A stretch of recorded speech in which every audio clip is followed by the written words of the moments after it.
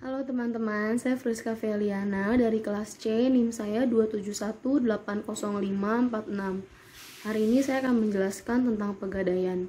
Dimulai dari arti gadai. Gadai adalah suatu hak yang dimiliki oleh seseorang yang mempunyai piutang terhadap suatu benda bergerak, di mana barang tersebut diberikan oleh si berhutang sebagai jaminan atas pinjamannya. Dan barang tersebut bisa dijual atau dilelang apabila si berhutang tidak bisa melunasi kewajibannya pada saat jatuh tempo. Berarti apa sih pegadaian itu sendiri? Nah, pegadaian ini merupakan satu-satunya badan usaha di Indonesia yang secara resmi memiliki izin untuk melaksanakan kegiatan lembaga keuangan berupa pembiayaan dalam bentuk penyaluran dana kepada masyarakat atas dasar hukum gadai. Lalu, apa tujuannya? Tujuan pegadaian itu yang pertama adalah meningkatkan kesejahteraan masyarakat, terutama golongan menengah ke bawah. Yang kedua, menghindari masyarakat dari gadai-gadai gelap, praktek riba, dan pinjaman tidak wajar lainnya. Lalu kita masuk ke produk-produk dan layanannya si pegadaian ini. Ada apa aja sih produknya? Produknya itu ada 9 macam. Yang pertama itu ada KCA atau kredit cepat aman. KCA adalah pinjaman berdasarkan hukum gadai dengan prosedur pelayanan yang mudah, aman, dan cepat. Dengan usaha ini, pemerintah melindungi masyarakat kecil yang tidak punya akses dalam perbankan. Yang kedua itu adalah kreasi atau kredit angsuran sistem fidusia. Kreasi adalah kredit dengan sistem fidusia yang diberikan kepada UMKM untuk mengembangkan usahanya. Lalu apa sih fidusia itu? Apa bedanya gadai dan fidusia? Perbedaannya adalah kalau gadai itu suatu hak yang diperoleh seseorang yang punya piutang atas satu barang tertentu, di mana barang tersebut diserahkan sebagai jaminannya. Lalu barang tersebut bisa dijual bila dia tidak punya atau tidak bisa melunasi kewajibannya saat itu tempo.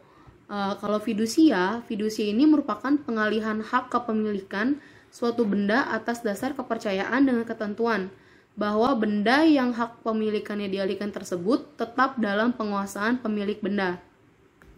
Lalu yang ketiga ada krasida atau kreasi angsuran sistem gadai. Krasida merupakan pemberian pinjaman kepada para pengusaha mikro dan kecil atas dasar gadai dengan pengembalian pinjaman dilakukan melalui mekanisme angsuran. Lalu yang keempat ada RAN atau gadai syariah. RAN adalah produk jasa gadai yang berlandaskan prinsip syariah, di mana nasabah hanya akan dipungut biaya administrasi dan ijaroh. Apa itu ijaroh? Akad ijarah merupakan akad penyediaan dana dalam rangka memindahkan hak guna atau manfaat dari satu barang atau jasa berdasarkan transaksi sewa tanpa diikuti dengan pemindahan kepemilikan barang itu sendiri. Lalu yang kelima ada jasa taksiran. Jasa ini merupakan layanan kepada masyarakat yang peduli akan harga atau nilai harta benda miliknya. Lalu yang keenam ada jasa titipan. Dalam dunia perbankan, layanan ini dikenal sebagai safe deposit box. Harta dan surat berharga perlu dijaga keamanannya agar nggak hilang, rusak, atau salah guna atau tidak digunakan dengan baik oleh orang lain. Yang ketujuh ada Krista atau kredit usaha rumah tangga. Krista adalah kredit yang diberikan kepada usaha rumah tangga untuk pengembangan usahanya. Lalu ada yang kedelapan itu Kucica atau kiriman uang cara instan, cepat, dan aman. Ini merupakan produk pengiriman uang dalam dan luar negeri yang bekerja sama dengan Western Union. Yang terakhir adalah ARAN untuk usaha mikro kecil atau ARUM.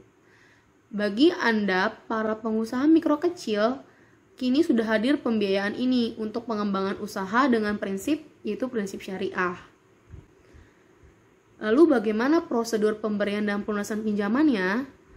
Nah, untuk pengajuan pinjamannya itu yang pertama, calon nasabah datang langsung ke loket dan menyerahkan barang yang akan dijaminkan dengan menunjukkan KTP atau surat kuasa apabila pemilik barang tidak bisa datang sendiri. Lalu barang jaminan tersebut diteliti kualitasnya untuk menaksir dan ditetapkan harganya itu berapa. Lalu dapat ditentukan besar pinjaman yang dapat diterima oleh nasabahnya. Yang ketiga, pembayaran uang pinjaman dilakukan oleh kasir tanpa ada potongan biaya apapun kecuali potongan premi asuransi. Itu merupakan prosedur untuk mengajukan pinjaman. Lalu bagaimana pelunasannya? Kalau pelunasannya itu yang pertama, uang pinjaman dapat dilunasi setiap saat tanpa harus menunggu selesai jangka waktu. Yang kedua, nasabah membayar kembali pinjaman plus sewa modal langsung kepada kasir disertai bukti surat gadai. Yang ketiga, barang dikeluarkan oleh petugas. Yang keempat, barang yang digadaikan akan kembali kepada nasabah.